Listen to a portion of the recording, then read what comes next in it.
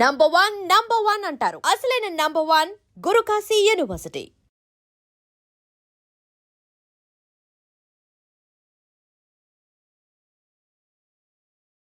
ఖచ్చితంగా మనం ఈ దివ్యమైనటువంటి ఈ స్థితి నుంచి ఇంకా ఇంకా ముందుకు వెళ్ళాలి తప్ప దిగజారకూడదు. అలా కాకూడదు అంటే మనం దృఢంగా ఉండాలి, బలంగా ఉండాలి. ఇన్ని రోజులు ఏదైతే తప్పిదాలు జరిగి ఉన్నాయో హిందూ సమాజం వైపు నుంచి అవి జరగకుండా ఉండాలి. ఎందుకంటే 75 ఏళ్ళుగా మనం బ్రెయిన్ వాష్ చేయబడి ఉన్నాం. మనల్ని మనం కోల్పోయాం. అందుకని మనం ఎవరిది ఆక్రమించాలనుకోవట్లే, ఎవరిది లాక్కోవాలనుకోవట్లే, ఎవరిది కబ్జా చేయాలనుకోవట్లే. కేవలం మనది మనం కోరుకుంటున్నాం. సో ఆ క్లారిటీ మనకుంది, ఆ ప్యూరిటీ మనకుంది. కాకపోతే బ్రెయిన్ వాష్డ్ అయినటువంటి సోకాల్డ్ సెక్యులరిస్టులు, ఇంకా రకరకాల ఇస్టులు, వీళ్ళు సమాజానికి చాలా చీడగా ఉన్నారు. సో వాళ్ళ నుంచే ఇప్పుడు మనకి ఇబ్బంది ఉంది, మిగిలినటువంటి మతాల వారి కంటే కూడా. ఎందుకంటే మాట్లాడవలసిన సందర్భంలో అన్యాయం జరిగినటువంటి వారి గురించి మాట్లాడకుండా సెలెక్టెడ్గా మాట్లాడే వాళ్ళు ఎక్కువైపోయారు. అందుకని మనం ఐక్యంగా ఉండి హిందూ సమాజం మన ధర్మాన్ని మనం, మన దేవాలయాలని మనం, మన గోవుల్ని మనం, మన తల్లుల్ని, మన పిల్లల్ని, మన గ్రంథాలని, మన ఔన్నత్యాన్ని, మన సంస్కృతిని, మన సాంప్రదాయాన్ని మనం కాపాడుకుని తీరాలి లోకానికి. ఎందుకంటే లోకంలో మనం ఒక్కలమే చెప్తున్నాం, లోకా సమస్త సుఖినో భవంతు. కాబట్టి మనం బాగుంటే ఇతరులు బాగుంటారు. రాముడి గురించి తర్వాత ఇప్పుడు కృష్ణుడి గురించి మాట్లాడుకుంటే, ద్వారకాధీశుని దర్శించుకున్నాను, ద్వాపర యుగానికి వెళ్ళొచ్చిన అనుభూతిని చెందాను అన్నారు. సముద్ర గర్భంలో వెళ్ళి పూజలు చేసి వచ్చారు. సో ఆ మాట విన్నప్పుడు, ఆ వార్త, ఆ వీడియోస్ చూసినప్పుడు ఏమనిపించింది మీకు? వాస్తవానికి ఒక 10 ఏళ్ల క్రితం ఒక ప్రొఫెసర్ ఇక్కడి నుంచి, హైదరాబాద్ నుంచి అక్కడికి వెళ్ళి వారికి ఉండేటువంటి ఆ పరిచయాలతో స్కూబా డ్రైవింగ్ అంటే స్కూబా డ్రైవింగ్ కదా, అవును, లోపలికి వెళ్ళారు. వాళ్ళు వెళ్ళి అదే నాకు వారు బయటకు వచ్చిన తర్వాత ఫోన్లో చెప్పిన మాట, ఏమంటారు, ఆ గోడలు ఏవైతే ఉన్నాయో వాటిని, కృష్ణుడు కాలపు గోడలు కదా, అవి ఒక్క వేలుతో అలా టచ్ చేసి అనుభూతి చెంది ఆనందపడ్డానని చెప్పారు. So lucky. మనం దేవి పుత్రుడి సినిమా, లేకపోతే మొన్న వచ్చిందే కార్తికేయ 2, వాటిలో మాత్రమే మనం ద్వారకను చూసి ఆనందపడ్డాం. మేము చాలాసార్లు వెళ్ళాం. ఆ ద్వారకాధీశ మందిరం మధ్యలో ఉండేటువంటి బేట్ ద్వారక మొన్న ఒక 4 నెలల క్రితం కూడా వెళ్ళి సేవించుకుని వచ్చాం.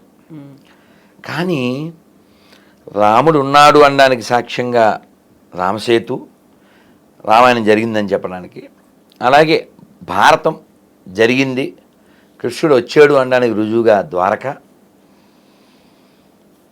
అదేదో కల్పితం కాదు నిజం అని చెప్పేటువంటి ఓ గొప్ప రుజువు.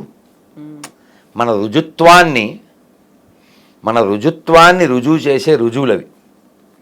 వాటిని వెలికి తీయడానికి ఏఎస్ రావు అనేటువంటి ఒక సైంటిస్ట్, ఐ థింక్ కర్ణాటక ఆయన, చాలా అప్పుడు ఉండేటువంటి ప్రభుత్వాలు, సోకాల్డ్ సెక్యులరిస్ట్ యాంటీ హిందూ ప్రభుత్వాలను చాలా ప్రయత్నం చేసి నాకు పరిశోధనకి కొంత సహకారం చేయమంటే వాళ్ళు చెయ్యక, ఎవరో కెండా వాళ్ళు ఎవరో చేస్తే వారు దాన్ని చాలా బయటికి అవుట్పుట్ తీసుకొచ్చారు. కానీ ఇప్పుడు ప్రపంచానికి కృష్ణుడు వెళ్ళిన ద్వారకని, ఆ ద్వారకా వైభవాన్ని, మనకి ఫేస్బుక్, యూట్యూబ్లో న్యూస్ కూడా వచ్చింది. త్వరలో మనందరం కూడా లోపలికి వెళ్ళి వాటిని అన్నింటినీ దర్శించే ఒక ఏర్పాట్లు చేయబోతున్నాన్ని. కాబట్టి ఇవన్నీ మన చరిత్రకి సాక్ష్యం. మొన్న మధ్య ఒక సినిమా, రేపు లేదు ఒక 2-3 రోజుల్లో విడుదలవుతుంది, రజాకా.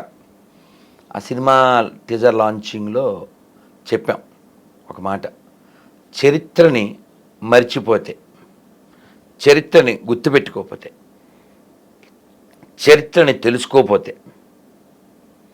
మనకి చరిత్ర లేకుండా పోతుంది, మనం చరిత్రలో లేకుండా పోతాం, మనం చెరిగిపోతాం.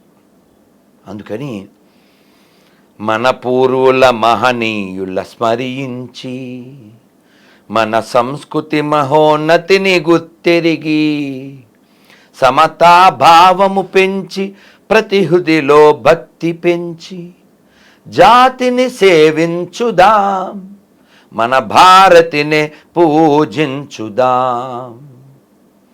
జన జాగృత నవ భారత మహోదయం ఈ కనులతోనే గాంచుదాం, ఈ జీవితమున సాధించుదాం. కాబట్టి మనం అందరూ బాగుండాలని కోరుకునేటువంటి జాతి కాబట్టి మన మూలాలని మనం బాగా చూసుకోవాలి. ఎందుకంటే కృష్ణుడి నుంచి, రాముడి నుంచి నేర్చుకోవాల్సింది చాలా ఉంది. ఎందుకంటే ఒక కొడుకు ఎలా ఉండాలి, ఓ మిత్రుడు ఎలా ఉండాలి, ధర్మాన్ని రక్షించడానికి తెలివిగా ఎలా వ్యవహరించాలి. ఎందుకంటే కృష్ణుడు ఎక్కడో యూపీలో మధురలో పుట్టాడు, తర్వాత గోకులం వెళ్ళాడు, తర్వాత బృందావనంలో ఒక 10 ఏళ్ళు ఉన్నాడు, తర్వాత ద్వారకకు వచ్చాడు. 128 ఏళ్ళ దాకా ఈ భూమి మీద ఉండి తర్వాత మళ్ళీ ఆయన వైకుంఠానికి వెళ్ళారు. కృష్ణే స్వధామోపగతే ధర్మజ్ఞానాది బిస్సహ అంటుంది భాగవతం. కృష్ణుడు వైకుంఠానికి వెళ్ళిపోయాడు ధర్మజ్ఞానాదులతో కూడి.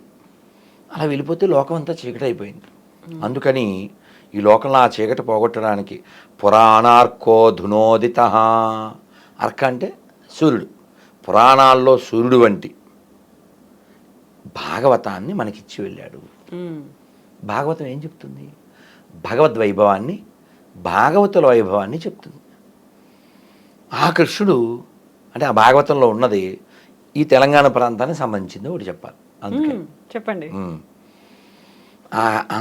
అక్కడ కృష్ణుడు కాలయవండు అనేటువంటి ఒక రాక్షసుణ్ణి తరుముతూ అనంతగిరి దగ్గర కొన్ని కొండ గుహల్లోకి వచ్చాడు.